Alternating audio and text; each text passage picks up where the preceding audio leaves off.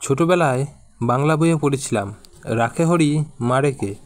বৃহস্পতিবার বিমান দুর্ঘটনায় যেন সেই কথাই সত্যি হতে দেখলাম। ভারত থেকে ইংল্যান্ড দীর্ঘ যাত্রাপথ মাত্র কয়েক মিনিটেই শেষ হয়ে যায়। এই মর্মান্তিক দুর্ঘটনায় কেবল একজন ব্যক্তি, রমেশ বিশ্বাস কুমার, বেঁচেছেন।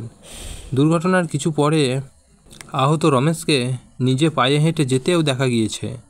তবে তাকে কি কোনো ঐশ্বরিক শক্তি বাঁচিয়েছে, নাকি তিনি কোনো জাদু বলে বেঁচে গিয়েছেন, সেই কথা আমরা তার মুখ থেকেই শুনে নেব।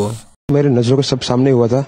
मेरे खुद को भी बिलीव नहीं होता कि मैं कैसे उसमें से जिंदा बाहर निकला, क्योंकि थोड़ा टाइम लिए के तो मेरे को लगा था कि मैं भी मरने वाला हूँ। लेकिन जब मेरी आँख खुल के मैं देखा ना, तो मुझे लगा मैं जिंदा हूँ।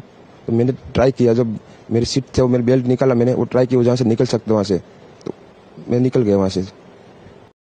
আমাদের দেশের প্রধানমন্ত্রী তিনি স্বয়ং দুর্ঘটনাগ্রস্ত এলাকা পরিদর্শন করেছেন এবং বিশ্বাস কুমারের সাথেও সাক্ষাৎ করেছেন। শুনলেন তিনি কীভাবে বেঁচে গিয়েছেন। তিনি যথেষ্ট আহত, ভালো করে কথা বলতে পারছেন না, তা সত্ত্বেও সংবাদ মাধ্যমের মুখোমুখি হয়েছেন এবং তার অলৌকিকভাবে বেঁচে যাওয়ার ঘটনাটা শুনিয়েছেন। তো পরিশেষে আমার মনে হয় কিছু তো একটা সুপারন্যাচারাল শক্তি কাজ করেছে বিশ্বাস কুমারের ক্ষেত্রে।